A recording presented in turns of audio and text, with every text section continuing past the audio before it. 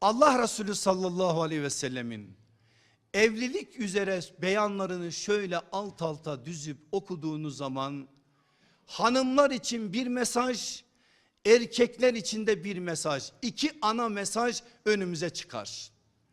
Erkekler için olan mesaj nedir biliyor musunuz? Beyler, erkekler, aldığınız her kadın size Allah'ın bir emanetidir. Emanete sadakat müminliğinizin ve Müslümanlığınızın en temel işaretidir. Bitti. Daha başka bir şey konuşmaya gerek yok. Ben susayım, siz söyleyin. Emanete ihanet edene ne söyleniyor? Münafık deniyor. Emaneti zayi eden nifak çizgisindedir.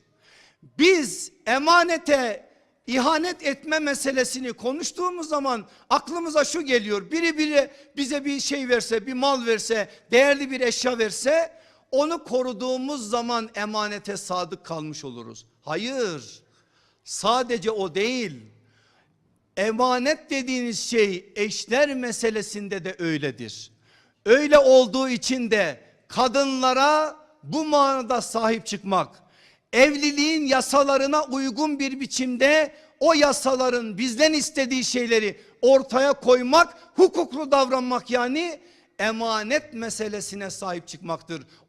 Onu yapan, onu ortaya koyana da biz mümin diyoruz. Allah bizi de onlardan kılsın inşallah.